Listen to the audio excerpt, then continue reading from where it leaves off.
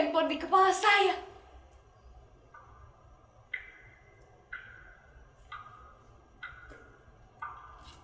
Setiap malam,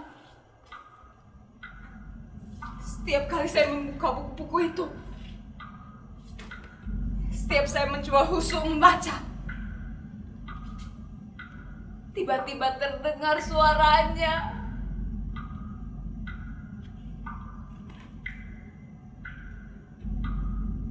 Ini terjadi sejak ayah membuat peraturan baru di rumah ini, larang handphone di malam hari.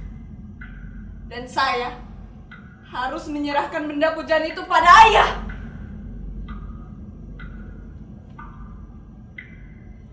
Maka saya akan duduk di bangku itu, menghadapi buku-buku yang bisu dan tak asyik itu, hingga saya tertidur.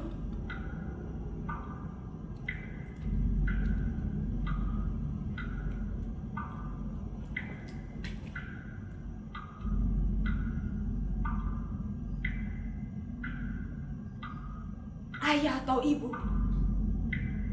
mereka bergantian seperti tentara jaga malam, akan datang ke kamar ini setiap 1 jam sekali untuk memastikan bahwa saya masih membaca sebelum pukul 10 atau 11 malam, waktu saya untuk tidur.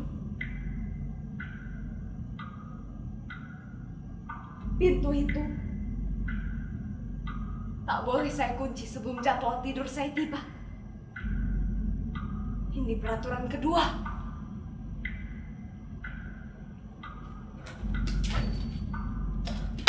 Waduh, sebentar lagi salah satu di antara mereka akan datang ke kamar ini. Patroli. Itu artinya saya harus duduk di bangku ini membaca.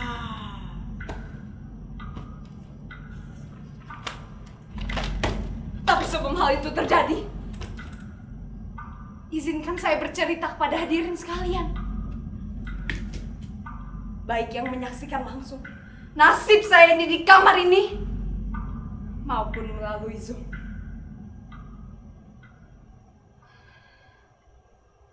Saya sendiri bukannya tak berusaha.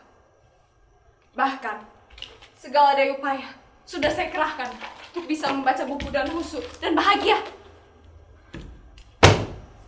Saya juga sudah memotivasi diri dengan berbagai nasihat yang saya ingat. Kata-kata mutiara, semboyan, pepatah, pantun, yel-yel penyemangat belajar, hingga kritik tajam para pakar mengenai bahaya kecanduan handphone. Tetapi herannya, hal-hal yang biasa dipakai orang untuk memotivasi diri tak juga menyemangati saya dalam membaca. Kalaupun berhasil, hanya bertahan 10 atau 15 menit saja, lalu menguap lagi. Sedangkan kritik tajam para pakar itu tak juga mengurangi kerinduan saya untuk tetap bersama dan dekat dengan handphone.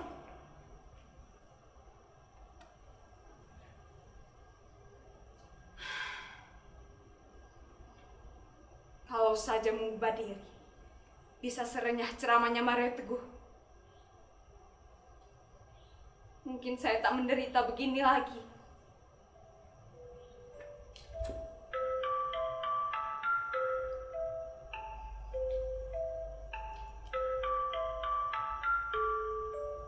Apa?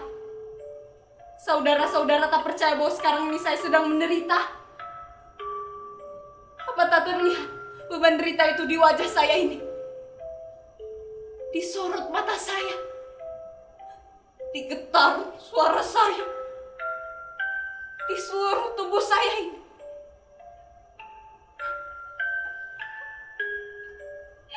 Ini bukan seperti anak monolog yang anak-anak SMA itu loh. Ini real, nyata.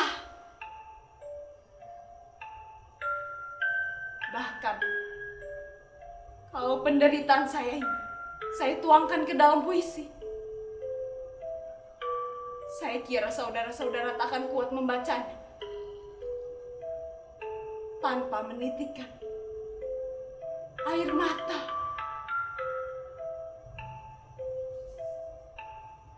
Tak percaya? Saudara-saudara tak percaya bahwa sekarang ini saya dibully sepi dan dikepung sedih? Sekarang saya bertanya, siapa di antara hadirin yang mau dan mampu berpisah dengan apa yang sudah menjadi bagian dari diri hadirin sendiri tanpa merasa teraniaya, rasa hampa?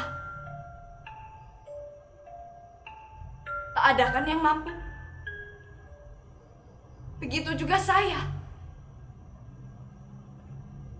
Sebuah handphone bukanlah lagi benda biasa. Ia adalah hal terpenting dalam diri kita, bahkan hidup kita.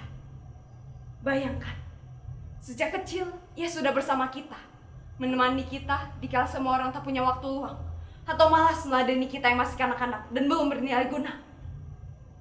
Pagi, siang, sore, bahkan malam, ia selalu ada di sisi kita, tanpa keluhan sedikit pun. Asalkan kuota dan berat baterainya cukup, ia pasti melayani kita. Kapanpun dan kemanapun kita ingin bertamasya, ia pasti bersedia. Bahkan, ia sudah menyimpan nama kita dan seluruh memori kita di dalam dirinya. Dan kita sudah menyimpan nama, password, dan kunci pembuka dirinya di dalam benak kita. Suatu simbiosis yang sangat romantis dan intim, bukan?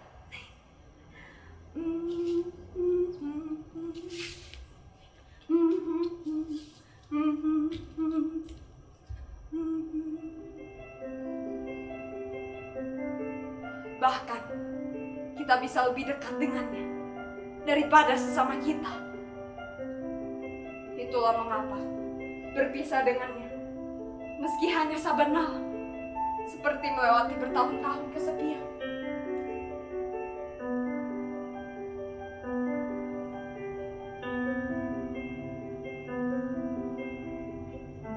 Oh, handphoneku,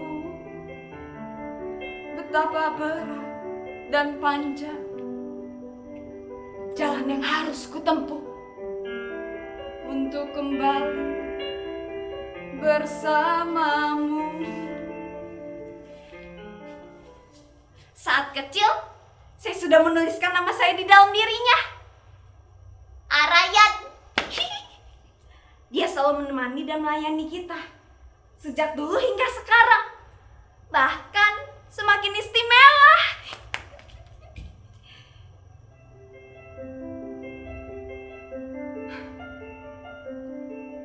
Kesadaran saya, seluruh diri saya, jiwa saya sudah terbiasa hidup sejak kecil, bahkan dengan dia ada di sisi saya.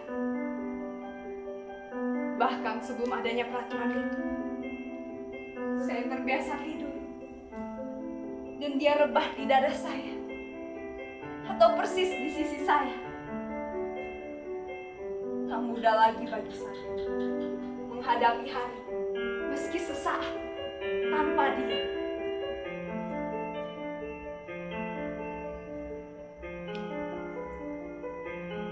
Kadang saat saya tak kuasa menahan rindu,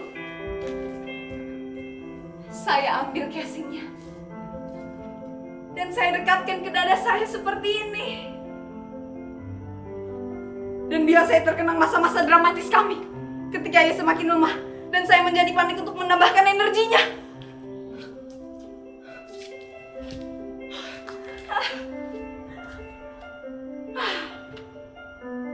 Tak ada yang lebih membahagiakan selain mendengar suara renyah dan riangnya.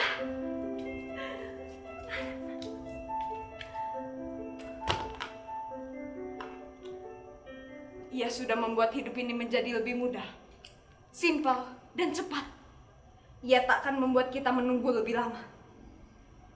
Jadi, bagaimana bisa saya bersabar berlama-lama dengan buku-buku bisu itu untuk menata masa depan? Itu sangat menghabiskan waktu, tenaga, juga pikiran saya. Sedangkan kita hidup di masa yang bergantung dengan kecepatan dan keringkasan. Siapa yang tak cepat dan ringkas akan ditinggalkan dan akan menjadi fosil museum peradaban.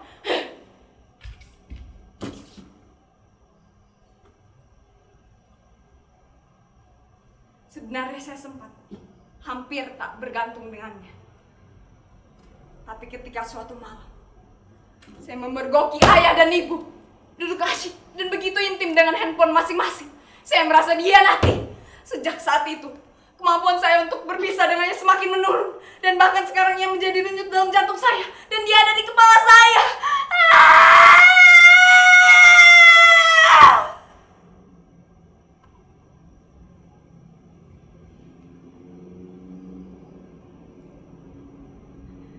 Jangan terlalu dalam.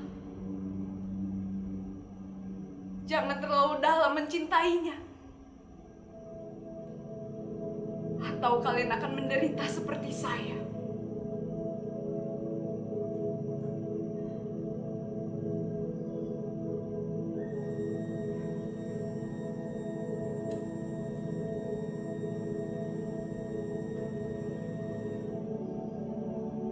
Betapa berat dan panjang jalan yang harus kutempuh.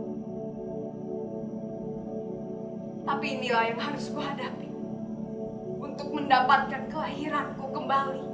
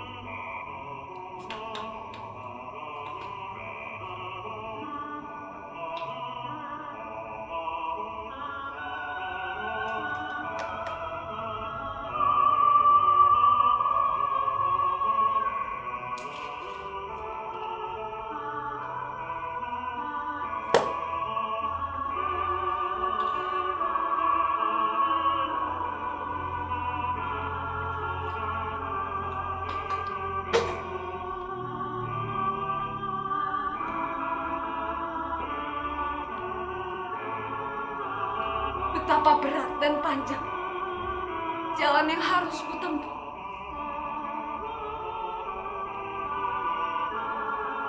Hanya untuk meninggalkanmu.